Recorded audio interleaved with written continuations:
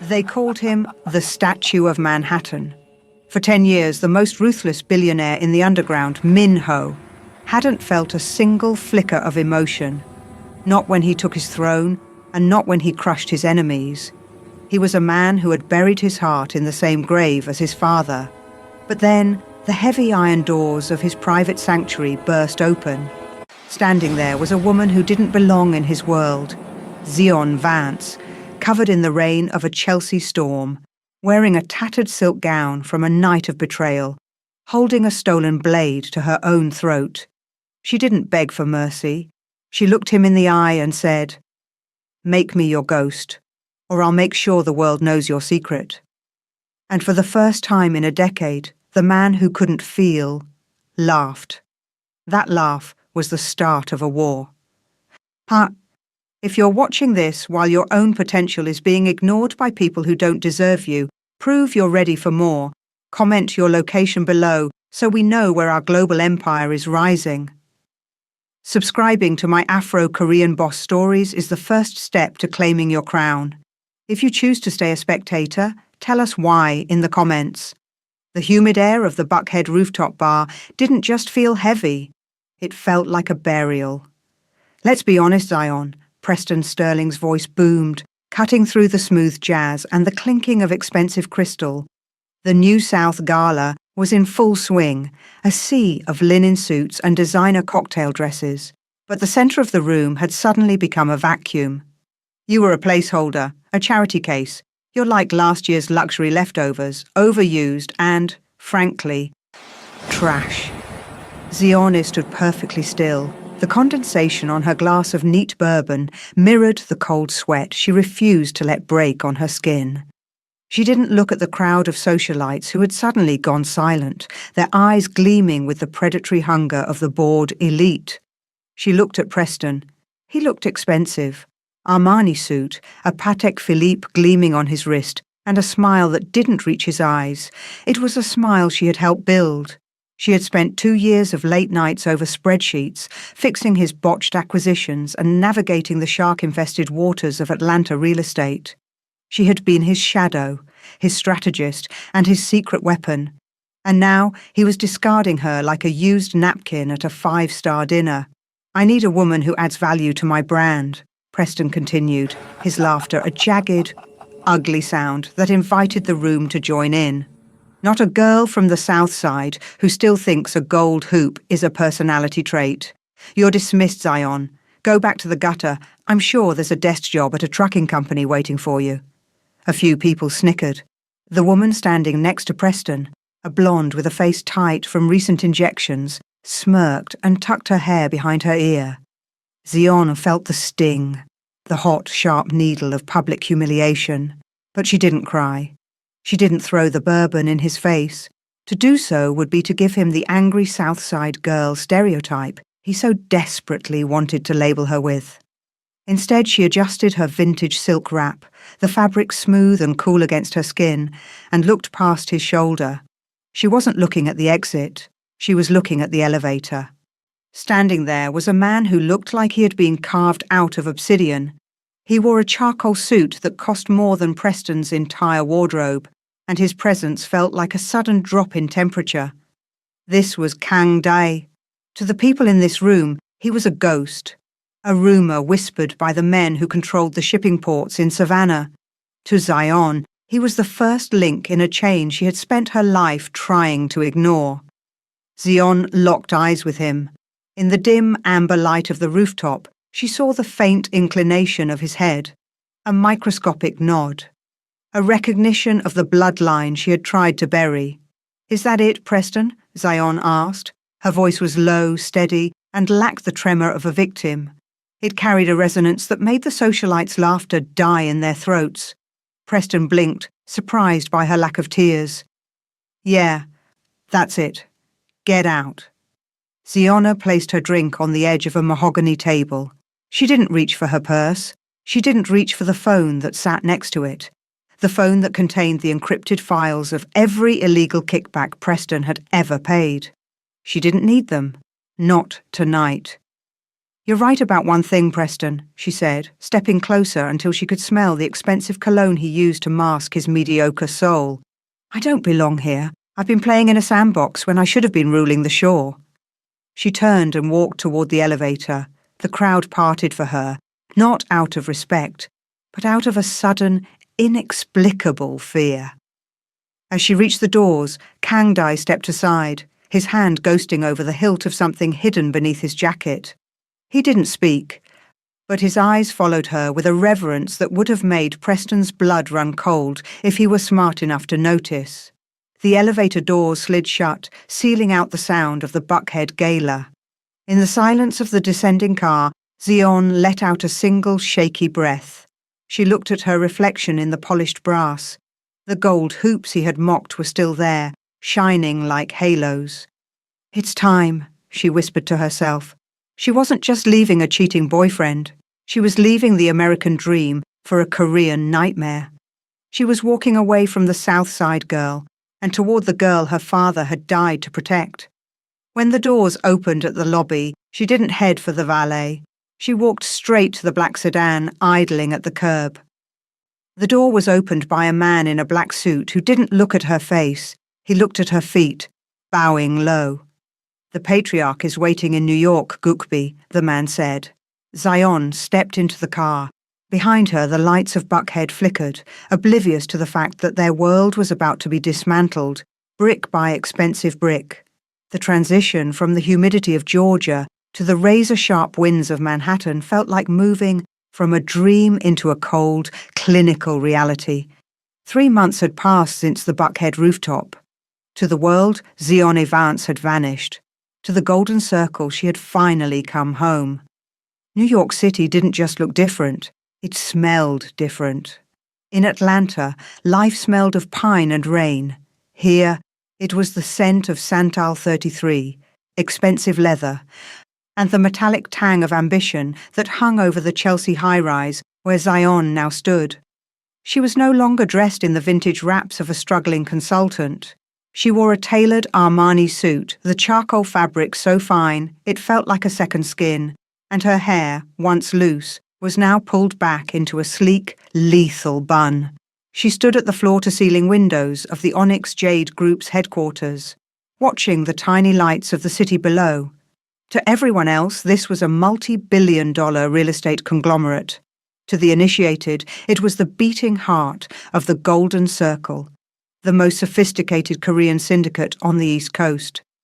The tea is getting cold, Gukbi. The voice was like smoke, smooth, dark, and dangerous. Xion didn't jump.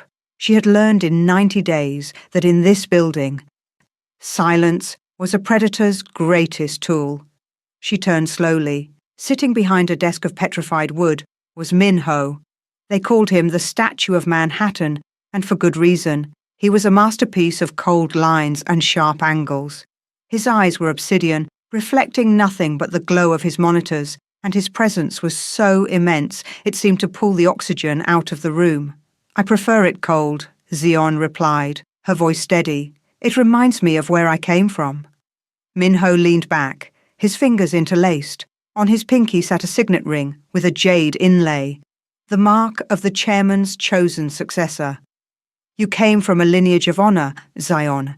Your father, Elias, was a man who understood that a debt of blood is the only currency that never devalues. Xiona looked away, a flicker of memory crossing her mind. Her father, a foreman on the Savannah docks, had never spoken of the night he pulled a bleeding, exiled Korean man from a shipping container and hid him from the assassins trailing him. He had simply called it doing the right thing. He died thinking he was a simple labourer. He never knew that the man he saved was the patriarch of the Golden Circle, or that the patriarch had spent 20 years waiting to repay that debt. When Xion had walked into the Circle's Jersey City compound 3 months ago, she hadn't come as a beggar. She had come as a creditor. The patriarch wanted to give you a pension and a quiet life in Seoul, Min-ho said, his voice dropping an octave. I told him it would be a waste of a perfectly good weapon. I'm not a weapon, Min-ho, Xion said, stepping toward the desk. I'm a strategist. Your men know how to break bones. But they don't know how to break a contract. You're being squeezed in the Chelsea development project because you're fighting with muscle when you should be fighting with a scalpel. Minho finally looked at her. Truly looked at her. It wasn't the look Preston used to give her, the look of a man checking his watch or admiring his own reflection in her eyes. It was the look of a wolf measuring the strength of a new member of the pack. The permits for the Sterling acquisition were denied this morning, Minho noted, a microscopic smirk playing at the corner of his mouth. Preston Sterling is currently screaming at his lawyers in a boardroom 3 blocks away. He thinks it's the city council. He has no idea it's a woman he called trash. He underestimated the South Side girl, Zion said, her eyes flashing with a cold, predatory light. He thought my value was in the spreadsheets I built for him. He didn't realize I was the one who built the world those spreadsheets lived in. Minho stood up. He was tall, his frame lean but powerful, moving with a grace that suggested he was more comfortable in a fight than a boardroom. He walked around the desk, stopping just inches from her. The scent of his dark cologne, something custom, with notes of oud and black pepper, filled her senses. The title of Gukbi, the national secret, is not just a name, Minho whispered, leaning in so close she could feel the heat radiating from him. It means you do not exist to the law. You do not exist to your past. You belong to the circle, and in return, the circle belongs to you. Are you ready to stop being a ghost and start being a queen? The ice in his eyes seemed to flicker for a moment. A spark of something human, and perhaps something possessive, igniting in the dark. Ziona didn't flinch. She reached out, her fingers grazing the silk of his tie, a gesture of defiance and intimacy that would have cost anyone else their life. I stopped being a ghost the night I left Atlanta, Minho. Now I'm the nightmare Preston Sterling never saw coming. Minho laughed. It was the first time she had heard it, a rare, rich sound that felt like a reward. Then let's begin. The Onyx Jade Group has a gala at the Met in 2 weeks. Preston will be there, begging for a seat at the table. I want you to be the one who pulls the chair out from under him. He reached into his drawer and pulled out a velvet box. Inside was a necklace of raw African emeralds, held together by silver threads that looked like spiderwebs. Wear these, he commanded. Let him see exactly what kind of leftovers he threw away. As Zion took the box, her phone buzzed in her pocket. It was an alert. Preston Sterling had just filed for an emergency loan, putting up his family estate as collateral. The trap was set. Minho watched her, his expression returning to that of the statue, but his hand stayed on the desk near hers, a silent promise of the violence he was willing to unleash to protect his new secret. One more thing, Zion, Minho added as she turned to leave. In this world, we don't just eliminate enemies, we erase them. Are you prepared to watch him lose everything? Zion paused at the door, her silhouette framed by the glowing skyline of the city she was about to conquer. Minho, I'm from the South Side. We don't just watch the house burn. We're the ones who brought the matches. The door clicked shut, leaving Minho alone in the dark office, the shadow of the golden circle lengthening behind him. The scent of stale scotch and expensive floor wax permeated Preston Sterling's boutique office in Chelsea. It was a space designed to scream success, all minimalist glass, white marble, and original Basquiat prints. But today, it felt like a gilded cage. Preston paced the length of his hand-tufted silk rug, his jaw tight enough to snap. What do you mean the sewage permit was rescinded? Preston roared into his gold-plated iPhone. I've already poured the foundation. I have investors in Dubai expecting a progress report by Friday. On the other end of the line, a weary city official stammered something about unforeseen zoning inconsistencies and environmental impact discrepancies in the South Side corridor. Preston slammed the phone onto his desk, the vibration rattling a crystal decanter of Macallan 25. He looked out his window at the skeleton of his luxury high-rise. For weeks, every move he made was met with a wall of red tape. It wasn't just bad luck. It was a surgical strike. Every supplier, from the Italian marble vendors to the local concrete unions, had suddenly developed scheduling conflicts. He was being squeezed. The interest on his bridge loans was hemorrhaging $300,000 a day. If he didn't break ground on the upper floors by the end of the month, his creditors, including some very unfriendly men from the Philadelphia docks, would move from calling his office to visiting his home. "Who are these onyx jade people?" he hissed to his assistant, who stood trembling by the door. "I want a face. I want a name. I want to know who is buying up the air rights to my own damn building." 3 blocks away, in the quiet, climate-controlled sanctuary of the Onyx Jade Executive Suite, Zion Vance was the picture of calm. She sat at a glass table, her fingers dancing across a sleek tablet. The screen displayed a complex web of Preston's shell companies, debt ratios, and offshore accounts. She wasn't wearing hoops today. She wore Cartier studs and a Tom Ford blazer that gave her shoulders the sharp, lethal silhouette of a bird of prey. "He's leveraged his family's Virginia estate," Zion said, her voice cool and rhythmic. "He's desperate. He's trying to consolidate his debt into a single global growth bond. If we block that bond, the entire house of cards collapses." Min Ho stood by the window, his back to her.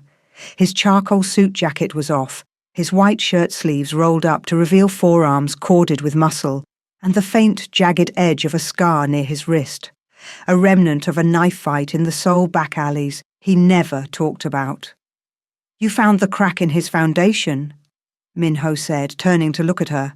The statue was watching her with an intensity that made the air in the room feel heavy. His lawyers missed it. His accountants missed it. How did a girl from the South Side see it? Ziona looked up, a sharp, knowing smile touching her lips. Because in the South Side, when you build a house, you learn to look for where the termites hide before you paint the walls. Preston only looks at the paint. He thinks prestige is a shield. I know it's just a target. She tapped a final command on her screen. "I just sent a notification to the port of Savannah, a clerical error in the manifest of his imported Italian cabinetry.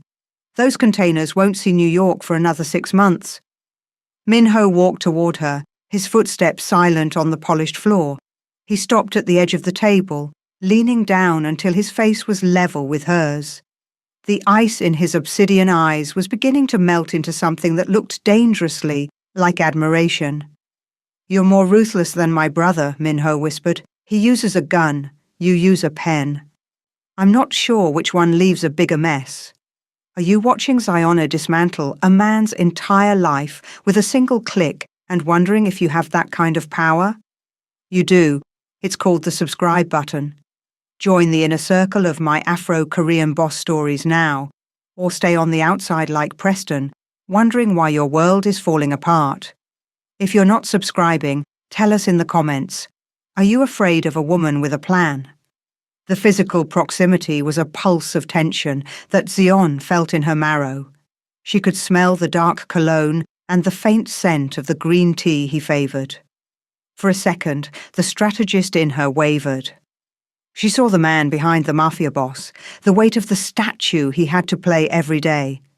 "A gun is loud, Min Ho," Zione said, her voice dropping to a whisper. "A pen is permanent. I don't want Preston dead. I want him to watch me own everything he thought he was too good to share with me." Min Ho reached out, his thumb grazing the line of her jaw. It was a touch of possessiveness, the rare currency of a man who didn't give anything away for free. The gala at the Met is in 48 hours. He's managed to secure a ticket through a senator's daughter. He thinks he's going there to find a savior. "He's going there to find his executioner," Zion corrected, her eyes locking onto Min Ho's. Suddenly, Min Ho's phone buzzed. He glanced at it, and his expression hardened instantly, the warmth of the moment evaporating. "My brother Ji-hun is back from Philadelphia," Min Ho said, his voice returning to a cold, smoke-like rasp. "He's asking questions about the new consultant I brought into the inner circle. He doesn't like secrets he can't control." Zion stood up, smoothing her blazer. The micro-cliffhanger of the brothers' arrival hung in the air like a threat. "Let him ask. I've handled men like your brother my whole life. They think because they can shout, they can lead. They're wrong." Min Ho watched her walk toward the door. "Zion," he called out. She paused. In the Golden Circle, the only thing more dangerous than an enemy is a jealous brother. Stay close to me at the gala. Do not leave my sight. Is that an order, boss? Zion asked, a playful but sharp edge to her tone. It's a warning, Minho replied, the shadows of the room seeming to swallow him as he turned back to the window.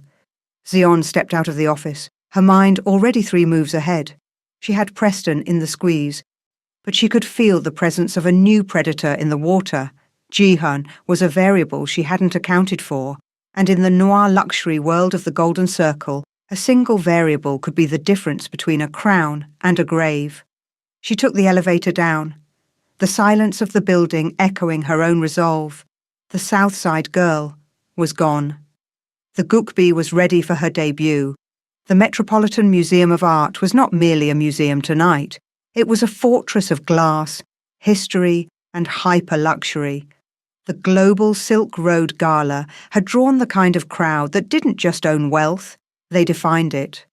Outside, the Fifth Avenue air was crisp, but inside the Temple of Denda, the atmosphere was thick with the scent of Joe Malone's Oud and Bergamot, the heavy fragrance of $1,000 lilies, and the electric hum of high-stakes networking. Preston Sterling adjusted the bow tie of his Tom Ford tuxedo, his palms uncharacteristically damp. Beside him, Camille, a senator's daughter with porcelain skin and a vacant, practiced smile, adjusted her diamond tennis bracelet. To the cameras, they were the picture of New York's rising power. To Preston, Camille was a human shield, a pedigree he hoped would distract from the fact that his bank accounts were bleeding out. There, Camille whispered, nodding toward a group of elderly men in bespoke suits. That's the board of the Port Authority. You said you needed to speak with them about the Chelsea site? Later, Preston snapped, his eyes scanning the room like a hunted animal. I need to find the head of the Onyx Jade group. My sources say he's here. If I can just get 5 minutes to explain the zoning situation. Preston, you're sweating, Camille said, her voice laced with a hint of disgust. It's unbecoming. He ignored her, his gaze landing on the grand entrance. The room was a kaleidoscope of colour. Vibrant saris, silk hanboks, and structural gowns. But suddenly, the kaleidoscope stopped spinning. A hush rippled through the hall, starting at the heavy doors and washing over the crowd like a cold front. Minho entered first. He looked like a blade forged in shadow. Wearing a tuxedo so perfectly tailored, it seemed to absorb the light. His Statue of Manhattan expression was in full effect. Obsidian eyes cold, jawline set like granite. But he wasn't the reason the room had gone silent. On his arm was a woman who didn't just command attention, she demanded submission. Zion Vance was a vision of structural black velvet that clung to her curves before flaring into a dramatic, architectural train. Around her neck sat the raw African emeralds Minho had gifted her, glowing with a deep, primordial green against her skin. But it was her hair that held the room captive, an architectural crown of braids woven with shimmering silver thread, rising like a throne above her brow. She didn't look like the woman who had spent late nights over Preston's spreadsheets. She looked like the deity those spreadsheets were meant to appease. Preston's cocktail glass tilted dangerously in his hand. Zion, he hissed, the word catching in his throat. She didn't look at him. She navigated the room with a predator's grace. Her eyes, now sharp and predatory, scanning the elite as if she were deciding which ones to keep and which to discard. Preston stepped forward, his ego overriding his survival instinct. He shrugged off Camille's hand and intercepted them near a display of Ming Dynasty pottery. Zion? Preston's voice was a ragged mix of disbelief and mockery. What kind of costume is this? Did you sneak in with the waitstaff? I know I told you to find a new job, but I didn't think you'd be serving hors d'oeuvres at the Met. The silence that followed was heavy enough to crush. Minho didn't move toward a weapon. He didn't have to. The air around him simply turned to ice. He looked down at Preston as if he were a particularly loud insect. Zion paused, her gaze sliding slowly toward Preston. She didn't flinch. She didn't look hurt. She looked bored. Minho leaned down, his lips brushing the silver-threaded braids near Zion's ear. He whispered something in Korean, a low, melodic rasp that sounded like a secret and a threat all at once. Zion's lips curved into a smile, a cold, sharp thing that didn't reach her eyes. "Preston," Zion said. Her voice didn't just carry, it echoed, commanding the attention of the surrounding donors. "I see your Chelsea permits were denied again this afternoon. A shame. It turns out the city doesn't like trash cluttering up the skyline." Preston recoiled as if she had slapped him. "How do you—" "And Camille," Zion added, her gaze shifting to the senator's daughter with a pitying tilt of her head. "I'd check those tennis bracelets if I were you. Preston's been liquidating his assets for weeks. I doubt those diamonds are more than high-grade cubic zirconia." Camille's face went pale, her hand flying to her wrist. The socialites nearby began to whisper, the sound like the rustle of dry leaves. "You think this makes you someone," Preston hissed, stepping into her space, the scent of cheap desperation wafting off him. "You're a fraud. You're a Southside girl playing dress-up with some Korean mobster." Minho moved then. It was a subtle shift, a step forward that placed him between Zion and Preston, but it carried the weight of a mountain. He didn't touch Preston. He simply looked at him. "You speak of value," Minho said, his voice like smoke over embers. "But you are a man who cannot see the sun until it burns his eyes. This woman is the Gukbi. She is the heartbeat of my organization. And you? You are a footnote I am currently erasing."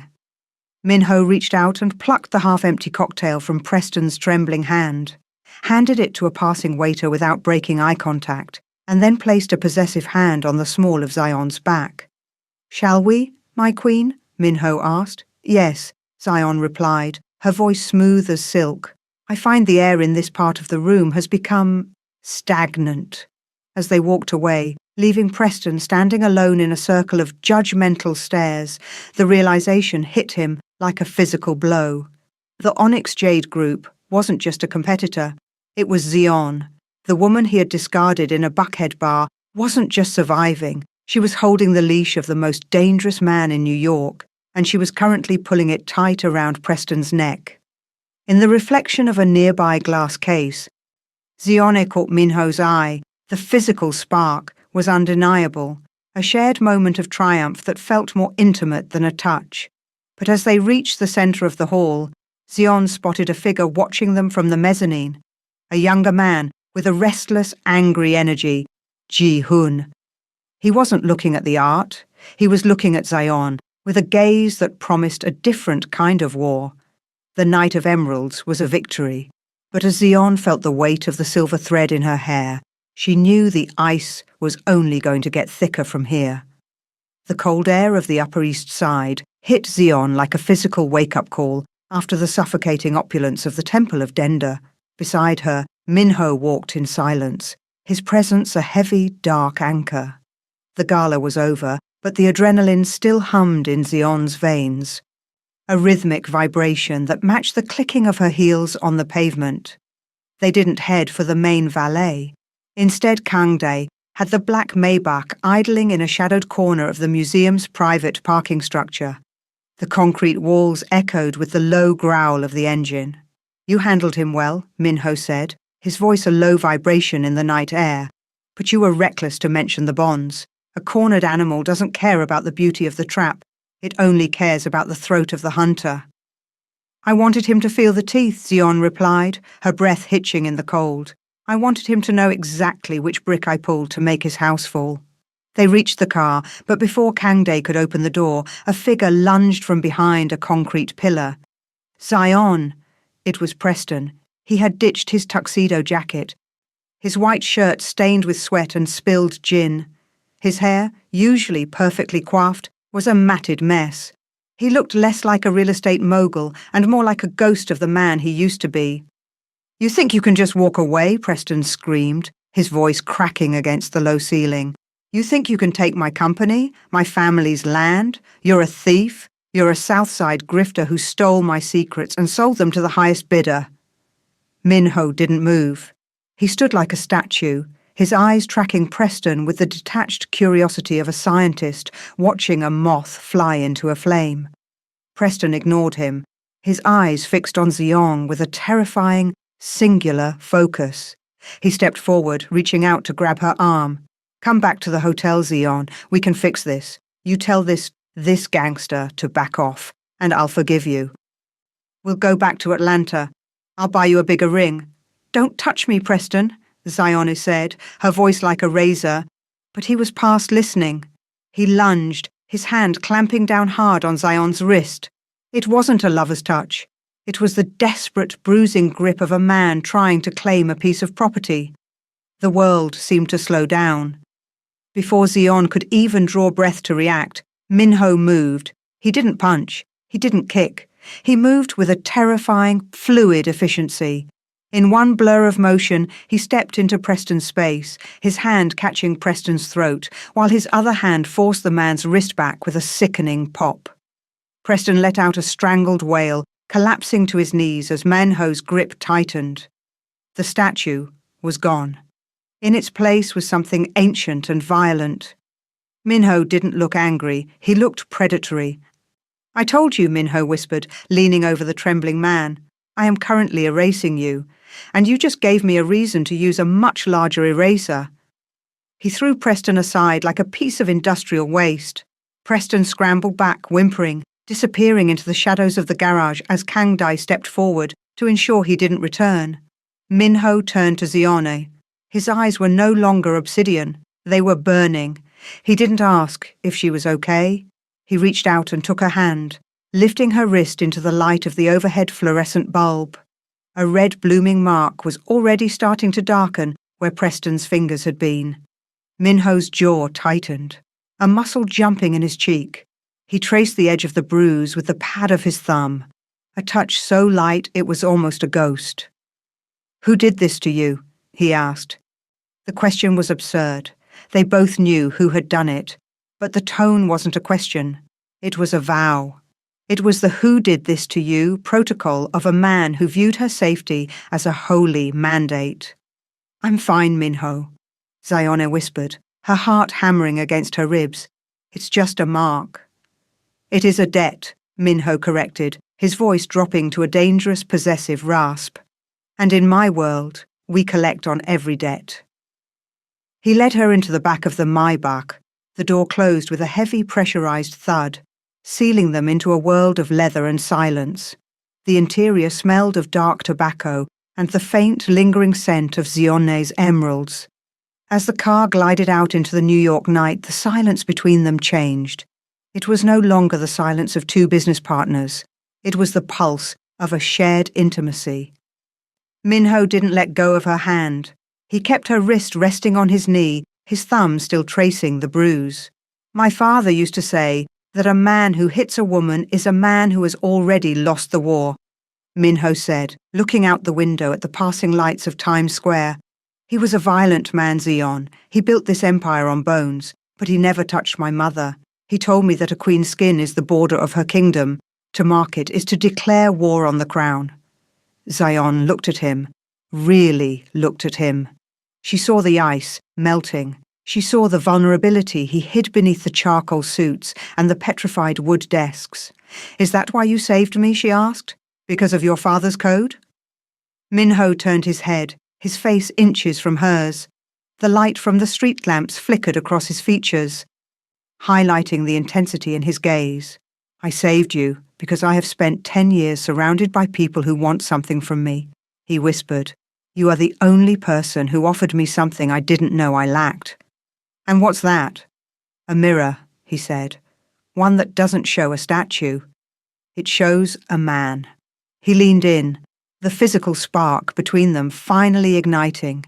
His breath was warm against her lips, a stark contrast to the cold steel of his reputation.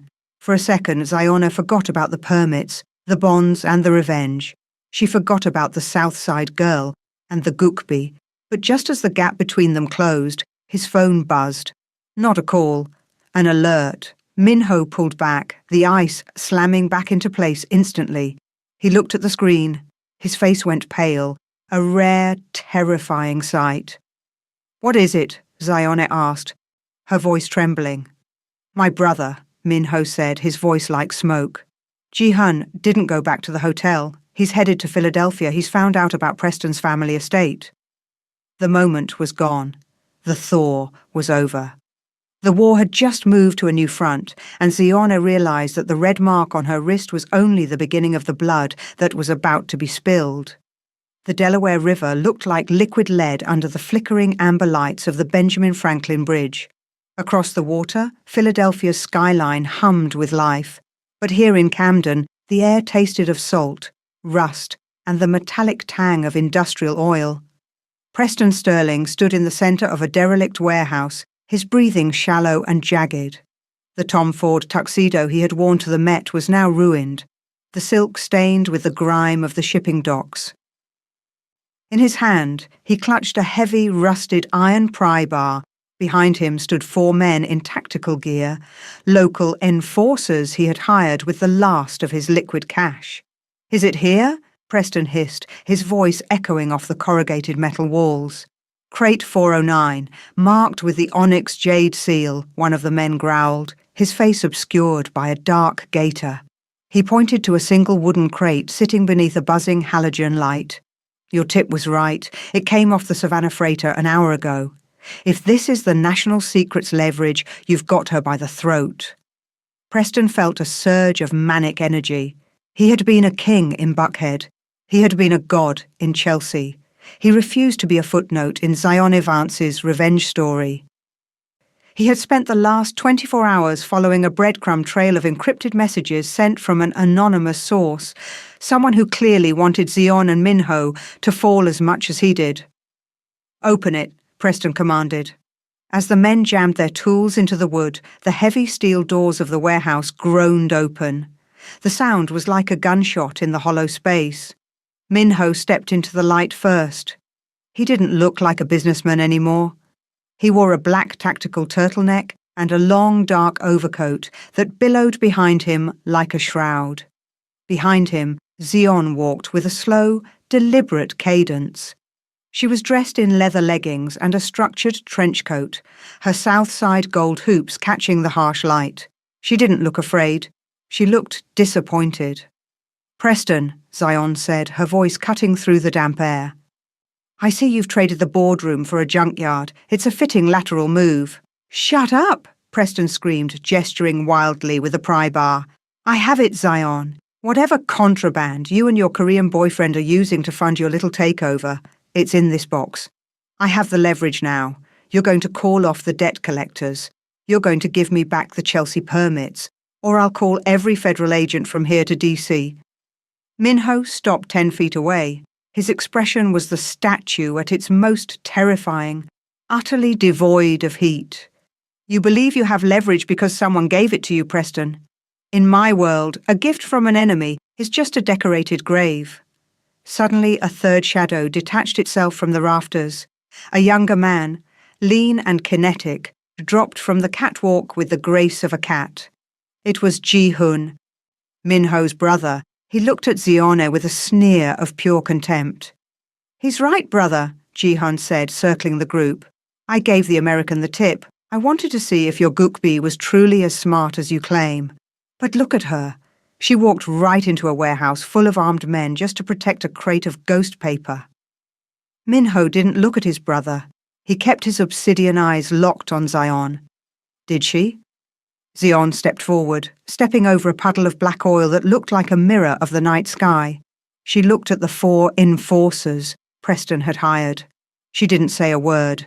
She simply made a sharp, clicking sound with her tongue. In an instant, the 4 men dropped their weapons.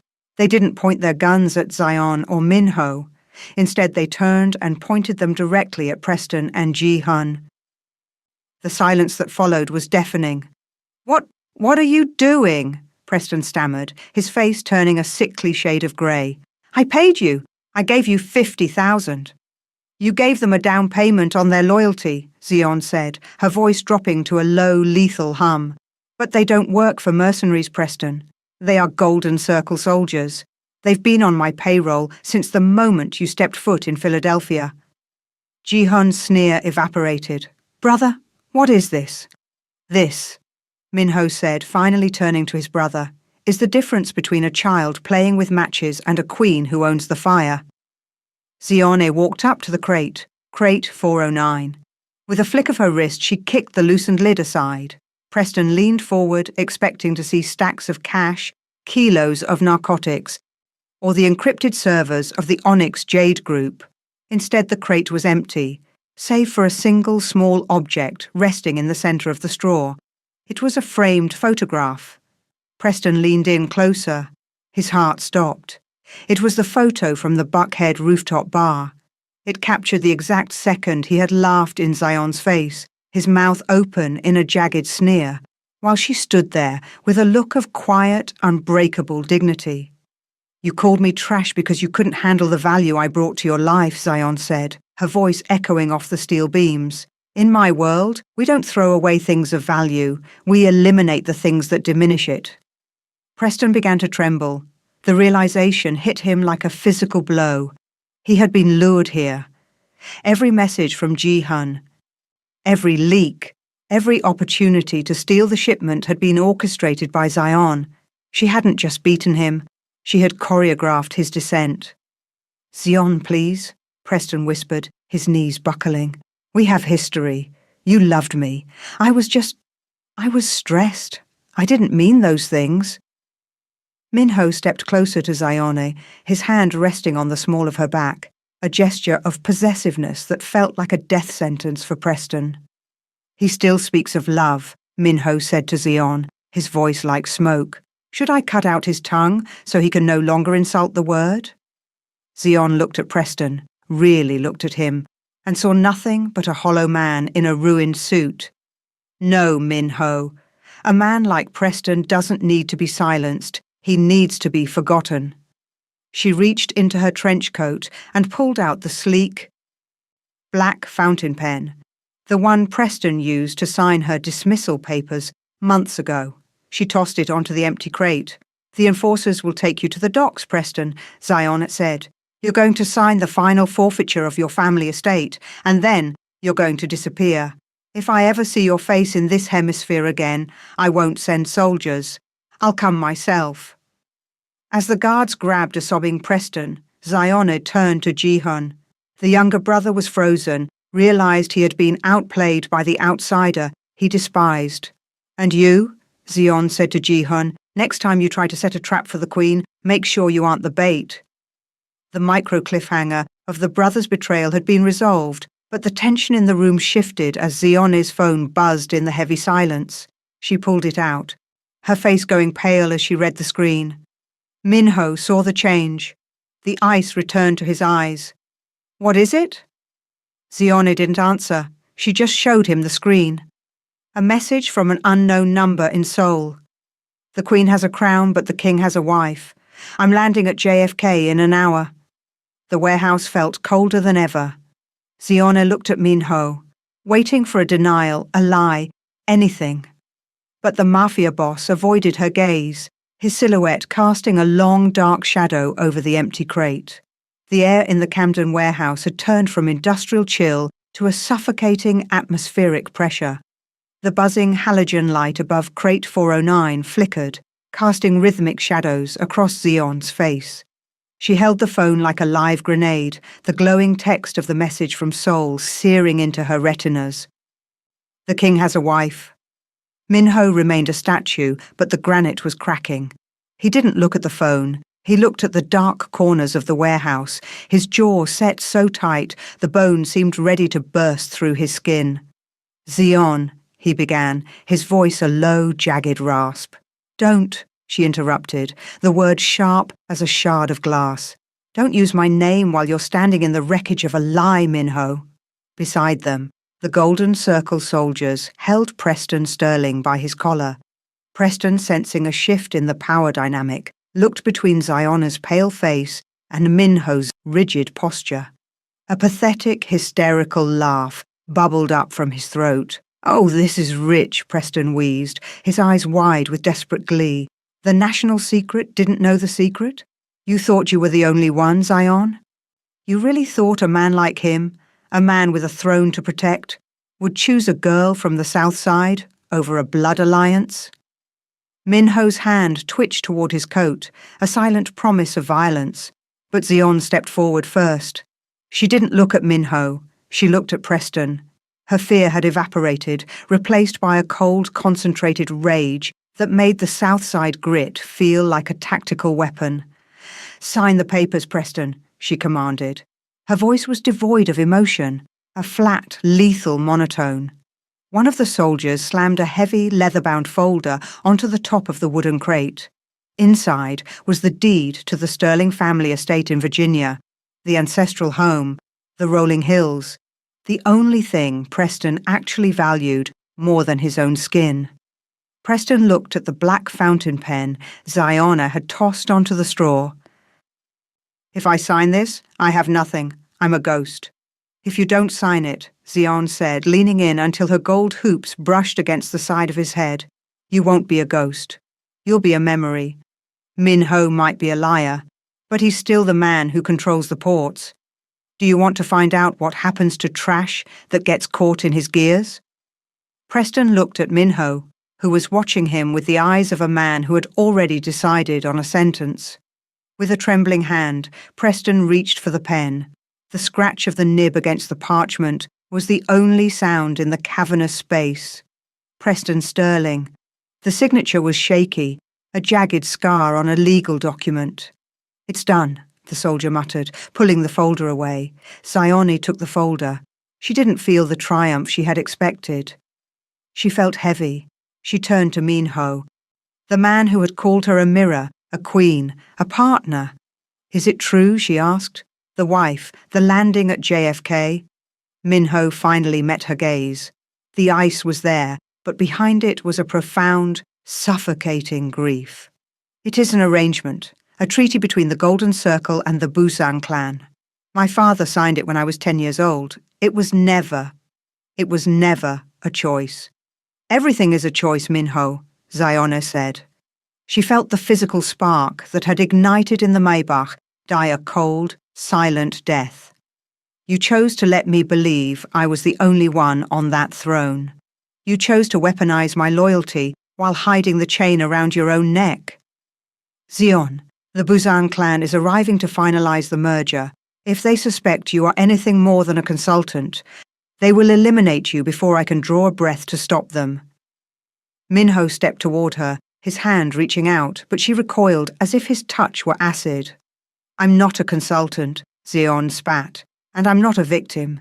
You told me I was the Gukbi, the national secret. Well, here's a secret for you, boss. I don't play for second place." She turned to the soldiers. "Take Preston to the terminal, make sure he's on a flight to nowhere, and Kangdae?" The silent enforcer stepped out of the shadows, bowing his head to her. "The folder stays with me," Ziona said. "I am the owner of the Sterling estate now. Not the Onyx Jade Group, not the Golden Circle, me." Minho's eyes widened.